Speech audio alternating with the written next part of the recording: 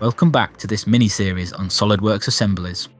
In the last video, we explored what assemblies are, how to start one, and how to insert your first components. In this part, we're going to dive into one of the most important tools in the assembly environment, mates. Mates are constraints that control the position and movement of components relative to each other. Let's go back to the bike example from the last video. The wheels need to rotate around the axles, the seat might move up and down, and the pedals need to spin. Mates are how we simulate these real-world relationships in SOLIDWORKS. There are different types of mates, but we'll start with the most commonly used ones, coincident and concentric. To add a mate, go to the Assembly tab and click on the Mate tool. The Property Manager will open on the left, prompting you to select the geometry you want to mate. This could be faces, edges, or planes. Let's say I want to line up the end of this cylinder with a flat plate. With the mate selection box highlighted, I'd click one face on the cylinder, then one face on the plate. SOLIDWORKS automatically suggests a coincident mate, which makes the two faces flush. If that's what I want, I can accept the mate with the green tick. Notice that the mates get added, but the dialog still stays active on the left. This is because often you will need to add more than one mate, so the dialog stays open, removing a need to prompt it multiple times. If no more mates are needed, you can just hit the green tick again. I now want to center the cylinder with the hole that is in the plate. Again, in the mate command, I would select one of the faces of the cylinder and then the cylindrical face of the hole in the plate. SOLIDWORKS will recognize this as a concentric mate, which aligns the centers of the two cylinders. I'll click the green tick to accept.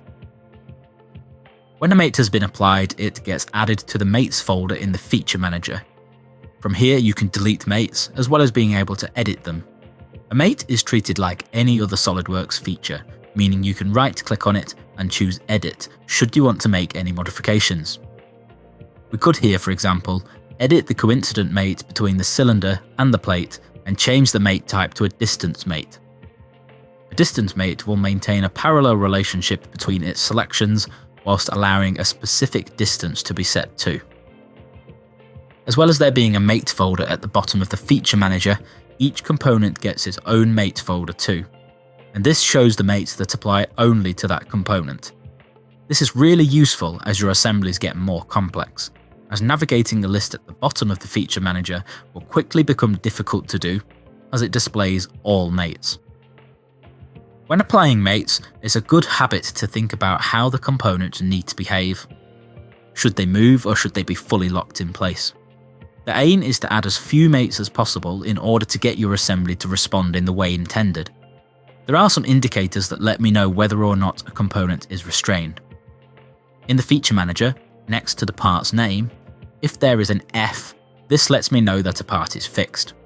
This is usually the first component in the list, and the one that will have been added using the green tick when inserting the component. Secondly, there could be a minus sign or dash.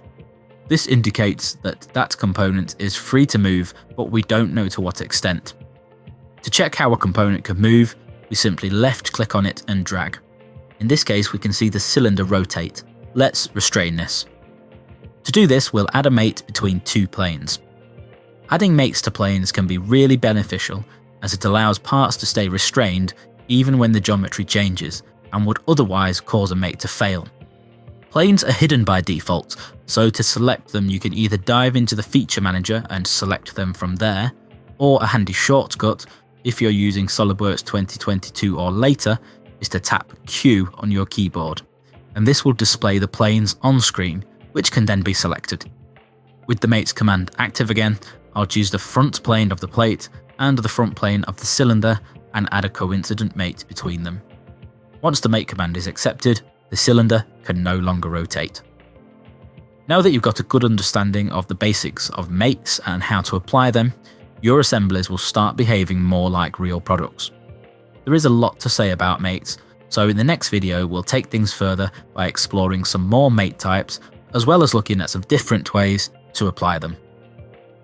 And if you need to create marketing material and assembly instructions, why not try Cadacio?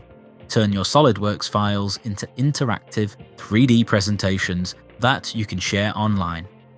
Sign up today and try for free at cadasio.com.